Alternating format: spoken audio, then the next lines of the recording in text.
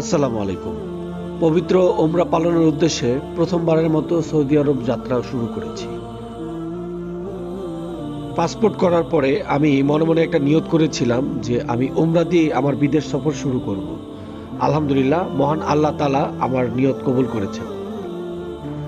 এখন রাত প্রায় 2টো বাজে।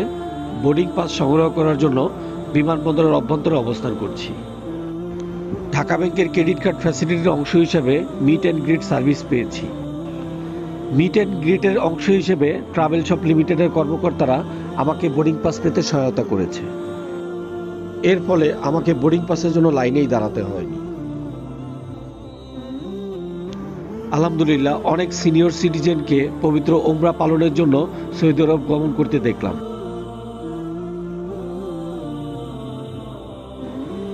ইমিগ্রেশন শেষ করার পরে বলাকা এক্সিকিউটিভ লাউঞ্জে অবস্থান করলাম। ইমিগ্রেশনের কাজ এবং বোর্ডিং পাসের কাজ খুব দ্রুত শেষ হওয়াতে বলাকা এক্সিকিউটিভ লাউঞ্জে অবস্থান করার সিদ্ধান্ত নিলাম। যেহেতু ভোর 6টা 5 মিনিটে আমার বিমান ছাড়বে, তাই বাকি সময়টা এখানে কাটানোর সিদ্ধান্ত নিলাম। একটা বিষয় আপনাদের সাথে শেয়ার করে রাখি, আমি যেহেতু ব্যাংকিং প্রফেশনের সাথে যুক্ত, তাই ইমিগ্রেশন কর্মকর্তা আমার থেকে এনওসি দেখতে চাইলেন।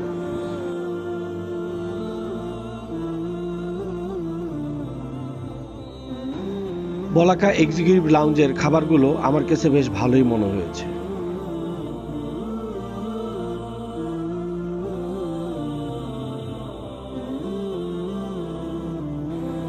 এয়ারপোর্টের গ্রিন জোনে অথবা নোম্যান্স ল্যান্ডে গভর্নমেন্ট ডিউটি ফ্রি সব থাকে।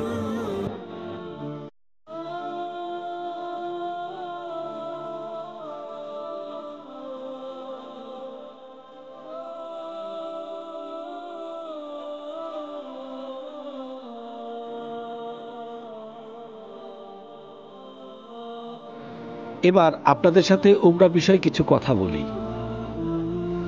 আমি ব্যক্তিগতভাবে মনে করি উমরা এবং হজ অল্প বয়সে করাটাই উত্তম।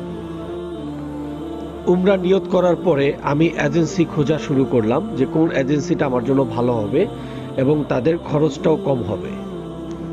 ঢাকার সেন্ট্রাল রোডের একটি এজেন্সি, নাম হচ্ছে টিকিট কিংডম, আমার তাদের প্যাকেজটা বেশ পছন্দ হলো, তাই সিদ্ধান্ত নিলাম তাদের প্যাকেজটাই আমি গ্রহণ করব।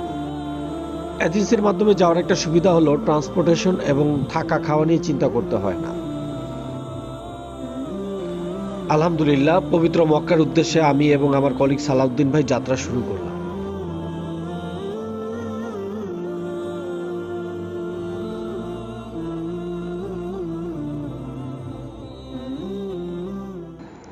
বিমান উড্ডয়নের কিছুক্ষণ পরেই এয়ার অ্যারাবিয়া থেকে আমাদেরকে খাবার সরবরাহ করা হলো।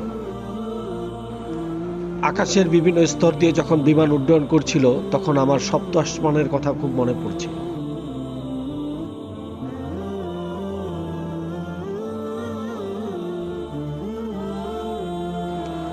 আমরা ট্রানজিট ফ্লাইট নিয়েছিলাম।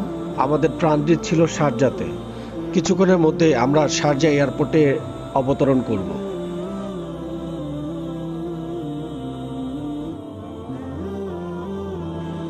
উমরা করার জন্য ট্রানজিট ফ্লাইটের একটা বিশেষ সুবিধা হলো এহরামের কাপড় এই ট্রানজিট অবস্থায় পরা যায়, অর্থাৎ তখন ঢাকা এয়ারপোর্ট থেকে আর এটা পরতে হয় না। তাতে ভ্রমণ ক্লান্তি কিছুটা কমে যায়। আপনাদের জ্ঞাতার্থে একটা জিনিস জানিয়ে রাখি, মিকাত পার হওয়ার আগেই এহরামের কাপড় পরতে হয় এবং উমরা নিয়ত করে ফেলতে হয়।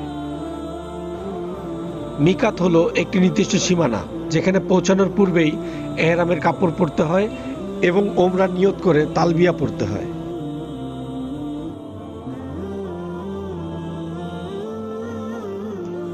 শারজা এয়ারপোর্টে পৌঁছানোর পরে দ্য লাউঞ্জে আমরা সময় কাটানোর সিদ্ধান্ত গ্রহণ করলাম।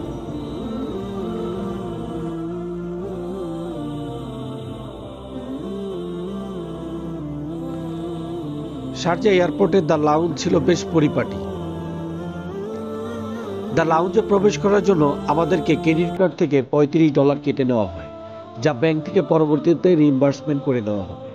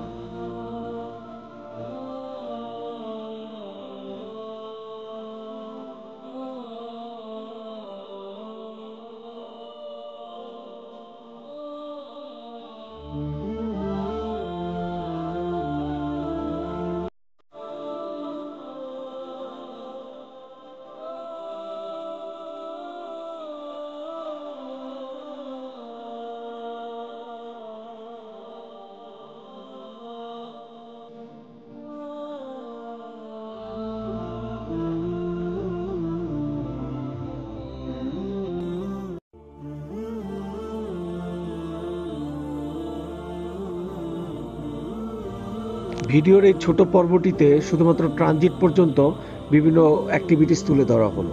পরবর্তীতে বিস্তারিত আপনাদের সাথে শেয়ার করা হবে।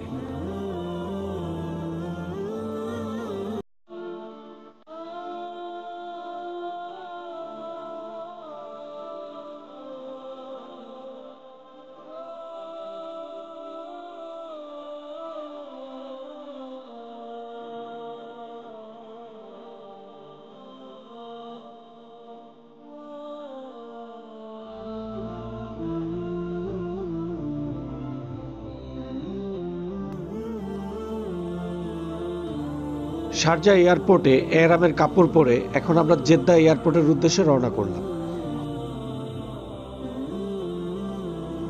জেদ্দা এয়ারপোর্টে পৌঁছানোর পূর্বেই আমাদের মিকাত পার হয়ে যাবে, আর মিকাত পার হওয়ার পূর্বেই আমাদেরকে অবশ্যই নিয়ত করে ফেলতে হবে, অর্থাৎ ওমরা নিয়ত করে ফেলতে হবে। মিকাত পার হওয়ার কিছুক্ষণ পূর্বেই পাইলট আমাদেরকে ঘোষণা করলো যে এখন আমরা মিকাত পার হব। তখন আমরা ওমরা নিয়ত করে ফেললাম এবং তালবিয়া পড়া শুরু করে দিলাম। এটি আমার সৌদি আরব নিয়ে প্রথম পর্ব। আমি ছোট ছোট পর্বের মাধ্যমে ওমরা কার্যকলাপ, সৌদি আরবের জিয়ারা এবং বিভিন্ন ঐতিহাসিক অঞ্চল আপনাদেরকে দেখানোর চেষ্টা করব। পরবর্তী ভিডিওগুলোতে আপনারা হয়তো সেগুলো ধারাবাহিকভাবে দেখতে পাবেন। সবাই ভালো থাকবেন। আসসালামু আলাইকুম।